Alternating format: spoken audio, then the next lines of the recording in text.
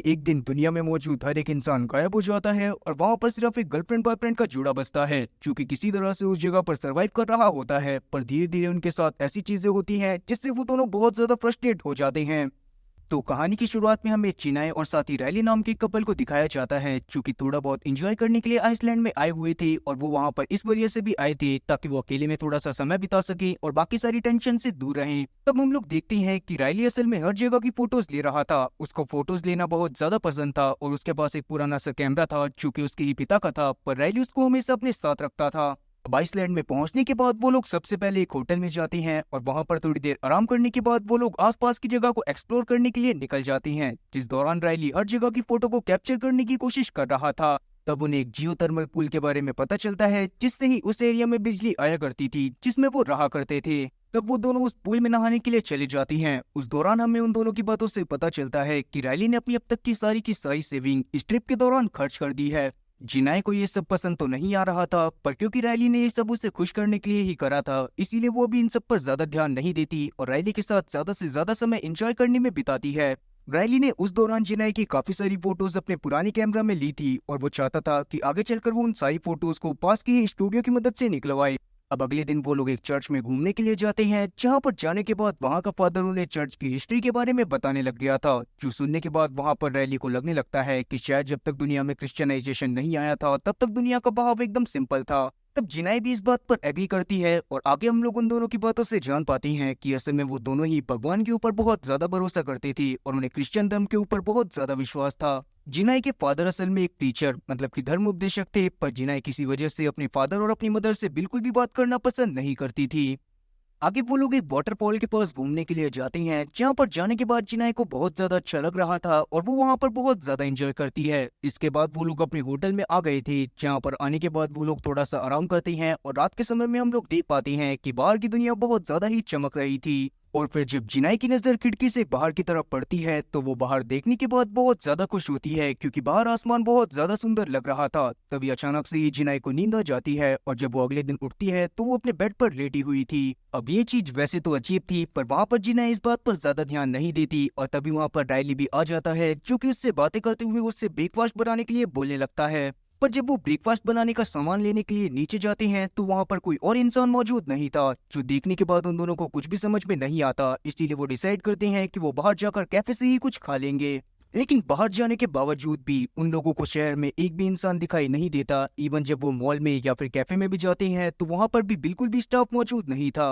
तब वहां पर रैली को लगता है कि शहर में हॉलिडे होने की वजह से कोई भी अपने घर से बाहर नहीं आया होगा, पर जब वो आसपास के घरों में भी चेक करता है तो वहां पर भी कोई भी मौजूद नहीं था। अब उन दोनों को कुछ भी समझ में नहीं आ रहा था और उन दोनों के ही मन में डर का माहौल था। इसी वजह से वो अपने पर्सनल कॉन्टेक्ट्स को भी कॉल करने की कोशिश करते हैं, पर उसके बावजूद उनका कोई भी कॉल नहीं उठाता। तब वो दोनों ही काफी ज्यादा डर गए थे और वो दोनों ही काफी ज्यादा घबरा भी रहे थे। पर वहां पर जिनाई अपने पेरेंट्स के लिए काफी ज्यादा परेशान थी क्योंकि बेशक से वो उनसे बात नहीं करा करती थी, पर उसके बावजूद भी वो उन्हें बहुत ज्यादा प्यार करती थी। इसीलिए वो शहर में जाकर इधर उधर चिल्लाना चालू कर देते हैं ताकि अगर उनके अलावा भी शहर में कोई और बचा हुआ हो तो उनकी आवाज सुनकर वो उन दोनों के पास आ जाए। पर इस चीज का भी कोई भी फायदा नहीं होता क्योंकि उन दोनों के अलावा शहर में कोई और मौजूद था ही नहीं। तब वो दोनों एक टेलीविजन शॉप पर जाते हैं, जहाँ पर जाने के बाद वो एक टेलीविजन में सारे चैनल्स को देखने लगते हैं। वहाँ पर सारी चैनल्स तो आ रही थी, पर वहाँ पर न्यूज का कोई भी नामो निशान नहीं था, जो देखने के बाद वो दोनों ही काफी ज्यादा शॉक होते हैं और तुरंत ही वहाँ से बाहर की तरफ आ जाते हैं।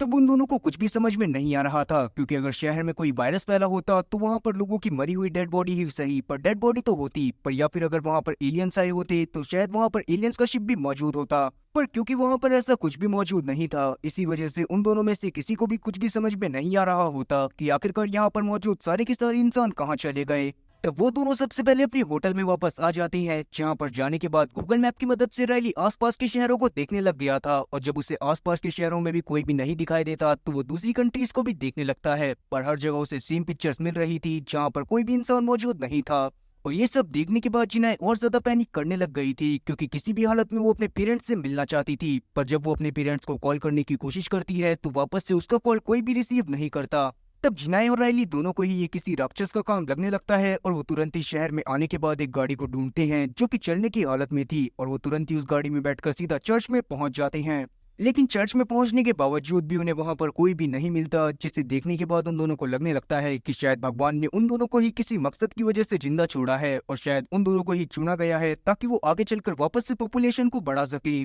पर जिनाए इस सब से काफी ज्यादा परेशान हो गई थी, इसीलिए वो दोनों पास के ही दूसरे शहर में भी जाती हैं, पर वहां पर जाने के बाद भी उन्हें वहां पर कोई भी नहीं मिलता, जो देखने के बाद जिनाए और ज्यादा परेशान हो जाती है और वो लोग पास के ही एक होटल में जाकर रहने लगते हैं। तब जिनाए का मूड बहुत ज्यादा ही ऑफ था और उसे किसी से बात करने का मन भी नहीं कर रहा था, इसीलिए जब रायली उसे अगले दिन सुबह नाश्ता बनाने के लिए भी उठाता है तब वो बिल्कुल भी उससे बात नहीं करती और अपनी जगह पर ही पड़ी रहती है। तब रायली उसका मूड सही करने के लिए उससे थोड़ी देर बातें करने लगता है और तब जाकर हम लोग जान पाते हैं कि असल में जिनाए काफी ज्यादा परेशान है और उसको समझ में नहीं आ रहा है कि आखिरकार एकदम से दुनिया में क्या हुआ। बेशक से भगवान ने ही उन्हें किसी मकसद की वजह से जिंदा छोड़ा हो, पर अभी के समय पर उन्हें वो मकसद भी नहीं पता था कि किस वजह से उन्हें जिंदा छोड़ा गया है। पर अभी के समय पर रायली जिनाए का मूड सही करने के लिए उसे पास के एक स्टोर पर लेकर चला जाता है, जहाँ पर जाने के बाद वो बहुत सारी शॉपिंग करते हैं और अपने मनपसंद के एक घर में आकर रहने लगते हैं। अब कुछ दिन इसी तरह से बीत गए थे, वो दोनों वहाँ पर बहुत ज्यादा एंजॉय करते हैं और उस दौरान हम लोग देख पाते हैं कि रायली वहाँ पर पूरी कोशिश कर रहा था कि वो जिनाए का मूड बिल्कुल भी खराब ना होने दे, पर बार बार हम लोग देखते हैं कि जिनाए का मूड किसी न किसी वजह से पूरी तरह से खराब होता रहता है।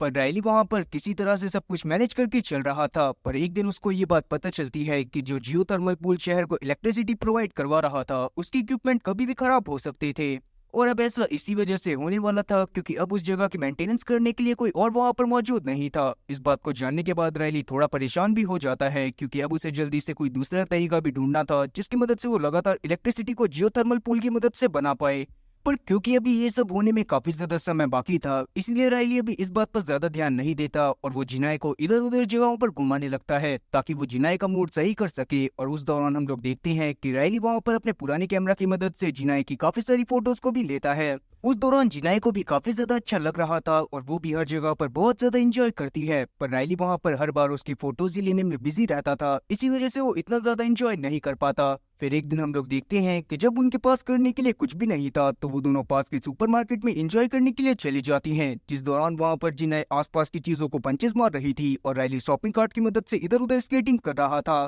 पर तभी वहाँ पर उसके शॉपिंग कार्ट फिसलने की वजह से उसका एक्सीडेंट हो जाता है और उसके हाथ में थोड़ी सी चोट लग जाती है, जिससे वहाँ पर जिनाए काफी ज्यादा डर गई थी। पर वहाँ पर रायली उसे समझाता है कि उसके इतनी ज्यादा चोट नहीं लगी है। तब से जिनाए का मूड काफी ज्यादा खराब हो गया था। तब जिनाए का मूड सही करने के लिए रायली रात में उसे कैंडल लाइट डिनर करने का ऑफर करता है, जिस पर जिनाए भी मान जाती है और हम लोग रात में देखते हैं कि वो दोनों बहुत ज्यादा तैयार होकर एक जगह पर बैठकर कैंडल लाइट डिनर करने लगते हैं। पर वहाँ पर हम लोग जिनाए की बातों से जान पाते हैं कि जिनाए के दिमाग से अभी भी दोपहर के विजन्स नहीं निकल रहे थे, क्योंकि कहीं ना कहीं अब उसके पास सिर्फ रायली ही एक ऐसा इंसान है जिससे जिनाए बातें कर सकती है, और अगर अभी के समय पर रायली को कुछ भी हो जाता है तो जिनाए यहाँ पर बिल्कुल ही अकेली हो जाएगी। तब रायली उसकी बात को समझता हुआ अभी उसे टेंशन ना लेने के लिए बोलकर डिनर पर फोकस करने को बोलता है, पर वहाँ पर जिनाए का मूड और ज्यादा खराब हो गया था और इसी वजह से वो तुरंत ही डिनर को छोड़ती हुई वहाँ से चली जाती है। अभी के समय पर जिनाए को ये बात समझ में नहीं आ रही थी कि उसे क्या करना चाहिए। वो काफी समय तक अपने घर में ही पड़ी रहती है और उस दौरान रायली उसका मूड सही करने की लगातार कोशिश करता रहता है। पर अभी के समय पर जिनाए को रायली से उसकी वो डायरी वापस चाहिए थी जो जिनाए के फादर ने जिनाए को उसके बचपन में दी थी, और बचपन से ही जिनाए उसमें अपनी सारी यादों को लिखा करती थी जो भी उसे लगता था कि उसे उस डायरी में लिखना चाहिए। पर रायली अभी के समय पर जिनाए को वो डायरी देने से साफ इनकार कर देता है, क्योंकि कहीं ना कहीं वो इस बात को जानता था कि अगर अभी के समय पर जिनाए इन सब चीजों के बारे में उस डायरी में लिखेगी तो उसके दिमाग में ये सारी की सारी चीजें और ज्यादा चलेंगी और वो और ज्यादा डिप्रेस्ड हो जाएगी। तब जिनाए भी रायली की बात को समझती है और कोशिश करती है कि वो ज्यादा से ज्यादा नॉर्मल रहने की कोशिश करे, पर बाद में हम लोग देखते हैं कि जिनाए को थोड़ी थोड़ी सी बात पर बहुत ज्यादा गुस्सा आने लगता है, और साथ ही उसे इस बात पे भी गुस्सा आ रहा था कि रायली को फ्यूचर की बिल्कुल भी टेंशन नहीं थी और अभी के समय पर वो बिल्कुल केयरलेस की तरह बिहेव कर रहा था। और तभी अचानक से ही उनके एरिया में इलेक्ट्रिसिटी आना भी कम हो जाती है, जो देखने के बाद वहाँ पर वो दोनों समझ गए थे कि उन्हें कोई ना कोई जुगाड़ करना पड़ेगा ताकि वो लगातार इलेक्ट्रिसिटी को प्रोड्यूस कर पाएं। और साथ ही जब वो स्टोर में जाती हैं तो उन्हें ये बात भी पता चलती है कि वहाँ पर मौजूद सारा का सारा सामान एक्सपायर भी हो रहा था, जो देखकर जिनाए का मूड और ज्यादा खराब हो जाता है। पर वहाँ पर रायली उसे समझाने की कोशिश करता है कि शायद उन्हें अब हंटिंग और फार्मिंग करना चालू कर देना चाहिए, पर यह बात भी जिनाए को बिल्कुल भी पसंद नहीं आती और वो गुस्से में वहाँ से सीधा चर्च की तरफ अकेली ही निकल जाती है। और फिर उस चर्च में जाने के बाद वो वहाँ पर मौजूद पुतलों से बातें कर रही थी, और वहाँ पर भी उसकी बातों से हम लोग जान पाती हैं कि उसे अभी भी ये बात समझ में नहीं आ रही है कि उसके साथ ये सारी की सारी चीजें क्यों हुई, और यही सारी चीजें उसके दिमाग में चल रही थी जिस वजह से वो और ज्यादा परेशान हो जाती है। पर अभी के समय पर जिनाय के एकदम से जाने की वजह से रायली खुद भी और ज्यादा परेशान हो गया था। इसीलिए वो अगले दिन से और ज्यादा कोशिश करने लग जाता है कि वो जिनाय को ज्यादा से ज्यादा खुश रख पाए, और इसीलिए वो जिनाय को अपने साथ और ज्यादा घुमाना चालू कर देता है ताकि वो जिनाय का मूड ज्यादा से ज्यादा अच्छा रख पाए। पर एक दिन हम लोग देख पाते हैं कि वो जिनाय को अपने साथ एक ऐसे प्लेन के पास लेकर चला जाता है जो कि बहुत समय पहले क्रैश हो गया था, पर उसका मलबा उसी जगह पर पड़ा हुआ था। रायली को लग रहा था कि जिनाय को वो जगह बहुत ज्यादा पसंद आएगी, पर जैसे ही जिनाय वहां पर जाती है तो वो बहुत ज्यादा गुस्से में आ जाती है, और साथ ही उसे बहुत ज्यादा बुरा भी लग रहा था क्योंकि उसके हिसाब से वो प्लेन उसे उन लोगों की याद दिलवा रहा था जो कि उसमें मारे गए थे। और उन लोगों को याद करते हुए जिनाय को उन लोगों के बारे में भी याद आ रहा था जो कि अचानक से गायब हो गए थे, और जिसमें उसके पेरेंट्स भी शामिल थे। इसी वजह से जिनाय वहां से अकेले ही गुस्से में चली जाती है, जिसके बाद हम लोग देख पाते हैं कि जिनाय और सत्ती रायली काफी दिनों तक एक दूसरे से अलग ही रहते हैं। तो उस दौरान हम लोग रायली को देख पाती हैं जो कि शहर को और ज्यादा एक्सप्लोर करने में लगा हुआ था, और साथ ही वो उस हर चीज की फोटो ले रहा था जो उसे काफी ज्यादा इंटरेस्टिंग लग रही थी। शुरुआत में तो रायली को ये सब करने में बहुत ज्यादा मजा आ रहा था, पर एक समय ऐसा होता है कि रायली बहुत ज्यादा फ्रस्ट्रेट होकर अपने कैमरा की सारी रील्स को निकाल देता है, क्योंकि वो इस बात को जानता था कि अगर वो इन फोटोज को अपने कैमरा में रखता भी है तब भी वो आसपास के किसी भी स्टूडियो से उन्हें नहीं निकलवा सकता। पर जल्दी ही उसे अपनी गलती का एहसास हो गया था, इसीलिए वो अपनी रील्स को वापस से उठाता है और उसके बाद एक हार्डवेयर शॉप में चला जाता है, जहां पर जब वो कुछ पाइप्स को देखता है तो उसके दिमाग में ये आइडिया भी आ गया था कि उसे जियोथर्मल पूल की मदद से वापस इलेक्ट्रिसिटी को कैसे जनरेट करना है। इसीलिए वो सारा जरूरी सामान लेकर अपने घर की तरफ जाने लगता है। तब उस दौरान हम लोग देखते हैं कि वो अपने फ्लोर पर लिफ्ट की मदद से जा रहा था, तब एकदम से ही लिफ्ट अचानक से ही बंद होकर चालू हो जाती है। अब अभी के समय पर लिफ्ट चालू हो तो गई थी, पर इस इंसिडेंट ने रायली के दिमाग में एक बहुत बड़ा डर बैठा दिया था, क्योंकि वो इस बात को बहुत अच्छे से जानता था कि अगर अभी के समय पर वो लिफ्ट में फंस जाता तो उसे बचाने के लिए कोई भी वहां पर मौजूद नहीं था। पर अब वो इस बात पर ज्यादा ध्यान ना देते हुए उस डिवाइस को बनाने में लग जाता है जिससे वो जियोथर्मल पूल की मदद से इलेक्ट्रिसिटी को जनरेट करने वाला था। वहीं दूसरी तरफ हम लोग जिनाय को देख पाती हैं जो कि पास के एक सिनेमा हॉल में जाकर फूट फूट कर रोती है, जिसके बाद वो आसपास की चीजों को एक्सप्लोर करने के लिए निकल गई थी। तब उससे एक फार्म दिखाई देता है जहाँ पर बहुत से घोड़े भी थे, इसीलिए वो तुरंत ही उन घोड़ों के ऊपर बैठ जाती है, उन पर राइडिंग करना चालू कर देती है। पर उसका मन भी अकेले ज्यादा नहीं लग रहा था, इसीलिए वो गाड़ी में बैठने के बाद उन सभी वॉइस नोट और साथ ही रिकॉर्डिंग्स को सुनने लगती है जो उसके रिलेटिव्स और साथ ही फ्रेंड्स ने उससे तब भेजी थी जब वो लोग जिंदा थे। अब उन रिकॉर्डिंग्स को सुनने के बाद जिनाय को रायली की भी बहुत ज्यादा याद आने लगती है, इसीलिए वो सीधा उस जगह पर जाने के लिए निकल जाती है जहाँ पर एक ग्लेशियर मौजूद था, और रायली और साथ ही जिनाय को वो जगह बहुत ज्यादा पसंद आई थी। और वहां पर जाने के बाद किस्मत से जिनाय को वहां पर रायली मिल भी जाता है, जो कि आसपास के एरिया की फोटोज खींच रहा था, जो देखने के बाद जिनाय को बहुत ज्यादा अच्छा लगता है, और वो रायली के पास जाकर सबसे पहले उससे माफी मांगती है और उससे बातें करने लगती है। उस दौरान उन दोनों ने डिसाइड कर लिया था कि अब बेशक से कुछ भी हो जाए वो दोनों एक दूसरे का साथ नहीं छोड़ेंगे, और किसी न किसी तरह से उस तरीके का पता लगा लेंगे जिससे वो सभी लोगों को वापस ला सके या फिर अपनी लाइफ को पूरी तरह से बेहतर बना सके। जिसके बाद वो दोनों फिर से शहर में वापस आ गए थे। तब वहां पर रायली अपने काम में लग जाता है, और उस दौरान हम लोग जिनाय को देखते हैं जो कि खुद भी शहर को एक्सप्लोर करने लगती है, और तब उसे पास में एक स्टूडियो दिखाई देता है जहाँ पर से वो उन कैमरा की फोटोज को निकलवा सकती थी जो कि रायली का था। फिर स्टूडियो को देखने के बाद जब जिनाय थोड़ा सा आगे जाती है तो वहां पर उसे एक फ्लावर शॉप दिखाई देती है। तब वो तुरंत ही फ्लावर शॉप के अंदर घुस गई थी, पर जैसे ही वो उसके अंदर जाती है वैसे ही उसका मुंह उतर जाता है, क्योंकि धीरे धीरे वहां पर रखे सारे के सारे फूल पूरी तरह से सड़ चुके थे। और क्योंकि यही सब शहर में और साथ ही पूरी दुनिया में हो रहा था, जहाँ पर मौजूद धीरे धीरे सारी की सारी चीजें पूरी तरह से सड़ रही थी, इसी वजह से जिनाय और ज्यादा परेशान हो जाती है और वहां से बाहर आने के बाद चुपचाप अपने घर में चली जाती है। पर इस बार भी रायली समझ गया था कि जिनाय का मूड बहुत ज्यादा खराब है, इसीलिए वो उसका मूड सही करने के लिए उसे अपने साथ कैंपिंग करवाने के लिए लेकर चला जाता है, जहाँ पर जाने के बाद वो बहुत ज्यादा एंजॉय करते हैं। वहां पर जाने पर भी उन दोनों को वहां पर एक घर मिल गया था, इसीलिए वो तुरंत ही उस घर के अंदर चले जाते हैं जिसमें जाकर वो बातें कर रहे थे। तभी अचानक से उन्हें बाहर किसी के होने का एहसास होने लगता है, और जब वो दोनों बाहर जाते हैं तो वहां पर एक नील नाम का बूढ़ा आदमी खड़ा हुआ था। ये घर असल में नील का ही था, और अभी के समय पर वो बाहर गया हुआ था ताकि वो हंटिंग कर कर कुछ अपने खाने के लिए लेकर आ सके, पर क्योंकि वो काफी ज्यादा बूढ़ा था और काफी दिनों से भूखा भी था, इसी वजह से वो हंटिंग नहीं कर पाया। अब ये बात जानने के बाद रायली और साथी जिनाय अपने पास मौजूद खाना नील को दे देते हैं, जो खाने के बाद नील को काफी ज्यादा अच्छा लगता है, क्योंकि काफी दिनों बाद उसने पेट भरकर खाना खाया था, और इसीलिए वो रायली और साथी जिनाय को भी अपने घर में रुकने की परमिशन दे देता है। वो तीनों रात में इसी बारे में बातें कर रहे थे कि आखिरकार अचानक से सारे लोग कहाँ पर गायब हो गए, पर उन तीनों में से किसी को भी इसका जवाब नहीं मिलता, इसीलिए वो सोने के लिए चले जाते हैं। लेकिन जिनाई को रात में नींद नहीं आ रही थी, इसीलिए वो रात के समय में नील के पास चली जाती है और उससे बातें करने लगती है, क्योंकि उस समय पर नील ही ऐसा था जो कि जगा हुआ था। तब हम लोग नील की बातों से जान पाती हैं कि असल में वो बहुत ज्यादा उदास है, क्योंकि उसकी फैमिली से वो आखिरी बार गुड बाय तक नहीं कह पाया। वो असल में एक फिशरमैन था जो कि ज्यादा पैसा कमाने के लालच में अपनी फैमिली को, मतलब कि अपनी बीवी और साथ ही अपने बच्चों को गाँव में ही छोड़कर शहर में चला गया था। काम में ज्यादातर बिजी रहने की वजह से वो अपनी बीवी और साथ ही अपने बच्चों से कांटेक्ट नहीं कर पाता था। इसीलिए जब वो वापस आया तब उसे पता चला कि उसकी बीवी किसी और के प्यार में पड़ गई थी और उसके बच्चे बड़े हो गए थे जिनको वो बिल्कुल भी याद नहीं था। और उसे रियलाइज हुआ कि परिवार से बढ़कर कुछ भी नहीं होता, इसीलिए उसने अपने परिवार के साथ रहना चालू कर दिया। पर अचानक से उसे एक दिन पता चला कि दुनिया में मौजूद हर एक इंसान गायब हो गया था और वो सिर्फ अकेला ही जिंदा बचा हुआ था। और तब से ही नील बहुत ज्यादा परेशान था और अपने परिवार को बहुत ज्यादा मिस कर रहा था। जिनाई ये सारी बातें सुनने के बाद और ज्यादा डिप्रेस्ड हो जाती है। तब नील उसे समझाने की कोशिश करता है कि शायद उसे रायली का साथ नहीं छोड़ना चाहिए और हमेशा ही उसके साथ रहना चाहिए। तब जिनाई खुद भी इस बात पर एग्री करती है। पर अगले दिन हम लोग देखते हैं कि जब जिनाई और साथी रायली की आंख खुलती है तो वो देखते हैं कि नील भी मर चुका है, जो देखने के बाद जिनाई को बहुत ज्यादा बुरा लगता है। और तभी वो बाहर की तरफ नोटिस करती है कि नील ने अपने परिवार की याद में वहाँ पर काफी सारी ग्रेव्स बनाई हुई थी, इसीलिए उन्होंने नील की बॉडी को उसी जगह पर दफना दिया था ताकि वो आराम से वहाँ पर रह सके। जिसके बाद वो दोनों शहर में वापस आ गए थे। तब हम लोग जिनाई की बातों से जान पाते हैं कि जैसे उसने नील को जिंदा देखा था, हो सकता है कि अर्थ पर और भी काफी सारे सर्वाइवर मौजूद हों जो कि जिंदा हो और अभी तक गायब ना हुए हों। और इसीलिए जिनाई शहर के हर एक घर में जाकर चेकिंग करने लगती है ताकि वो किसी जिंदा इंसान को ढूंढ सके। तब रायली जिनाई के पागलपन को देखकर उसे शांत करवाने की भी कोशिश करता है, पर वहाँ पर जिनाई उसकी बात को नहीं सुनती और गुस्से में उसे वहाँ से भगा देती है। तब हम लोग रायली को देखते हैं जो कि अपने डिवाइस के पास जाकर उसे किसी तरह से पूरा कर लेता है और अब उनके पास इलेक्ट्रिसिटी और साथ ही पानी की कोई भी कमी नहीं होने वाली थी। पर अगले दिन तक हम लोग देखते हैं कि जिनाई की हालत और ज्यादा बिगड़ गई है और वो किसी भी हालत में उस जगह पर जाना चाहती है जहाँ पर और भी इंसान मौजूद हो। वो नील की मौत की वजह से भी काफी ज्यादा डिप्रेस्ड थी और उसे नील की कही हर एक बात याद आ रही थी। नील के हिसाब से परिवार बहुत ज्यादा जरूरी था और अभी के समय पर जिनाई को उसके मम्मी पापा की भी बहुत ज्यादा याद आ रही थी।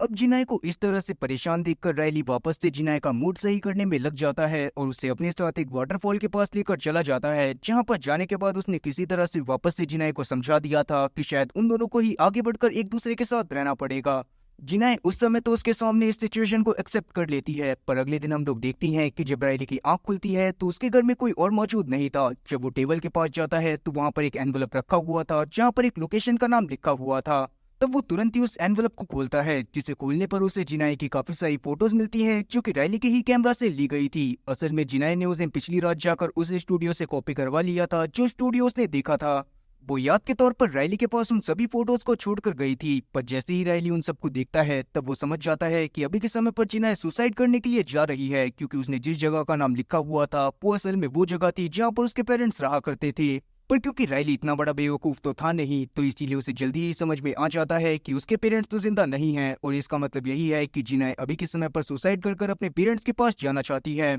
अब ये बात जानने के बाद रायली परेशान होते हुए जिनाई को ढूंढने के लिए हर उस जगह पर जाने लगता है जहाँ पर वो जिनाई को घुमाने के लिए लेकर गया था, पर हर जगह ढूंढने के बावजूद भी उसे जिनाई कहीं पर भी नहीं मिलती। अब सिर्फ जियोथर्मल पूल वाली लोकेशन बची हुई थी जहाँ पर वो सबसे पहले गए थे और उन्हें वहाँ पर सबसे ज्यादा अच्छा लगा था। तब तुरंत ही रायली उस जगह पर जाता है जहाँ पर उसे जिनाई की कार खड़ी हुई नजर आ जाती है। पर जब तक वो जियोथर्मल पूल के पास पहुंचता है तब तक बहुत ज्यादा देर हो चुकी होती है, क्योंकि तब तक जिनाई ने उस पूल में कूदकर कर लिया था। उसकी बॉडी पानी पे ही तैर रही थी, जो देखने के बाद रायली तुरंत ही उसकी बॉडी के पास जाता है और उसे बाहर निकालने की कोशिश करने लगता है। जिनाई के मरने की वजह से रायली खुद भी काफी ज्यादा अकेला हो गया था और उसको ये बात समझ में नहीं आ रही थी कि उसे क्या करना चाहिए, इसीलिए वो डिसाइड करता है कि वो भी सुसाइड कर लेगा। पर जब वो ऐसा करने की कोशिश करता है तब उससे ये चीज नहीं होती और वो तुरंत ही पानी के बाहर आ जाता है। उसका दिमाग बहुत ज्यादा खराब हो रहा था, पर अभी के समय पर वो किसी तरह से खिसकते हुए अपनी गाड़ी के पास जाता है और अपनी गाड़ी को बहुत जोर से चलाने लगता है। उसने जिना को खुश रखने की पूरी कोशिश करी थी और टाइम टू टाइम उसका मूड सही करने की भी कोशिश करी थी, पर जिना ने ही उसकी फीलिंग्स को नहीं समझा और वो उसे अकेला छोड़कर चली गई। अब बेशक से कुछ भी हुआ हो, पर अभी के समय पर रायली ने ये चीज तो डिसाइड कर ली थी कि वो सुसाइड कर नहीं मरेगा और किसी भी तरह से सरवाइव करेगा, इसीलिए वो अपनी गाड़ी को फ्रस्ट्रेशन में चलाता हुआ आगे की तरफ ले जाता है। और इसी के साथ ये मूवी यहीं पर खत्म होती है। तो उम्मीद है कि एक्सप्लेनेशन अच्छी लगी होगी। अगर एक्सप्लेनेशन अच्छी लगी हो तो चैनल को सब्सक्राइब करना और बेल नोटिफिकेशन को ऑल पर सेलेक्ट करना और वीडियो को भी लाइक करना। मैं ऐसी ही और मजेदार एक्सप्लेनेशन वीडियोस लाता रहूंगा। तब तक के लिए टाटा और गुड बाय।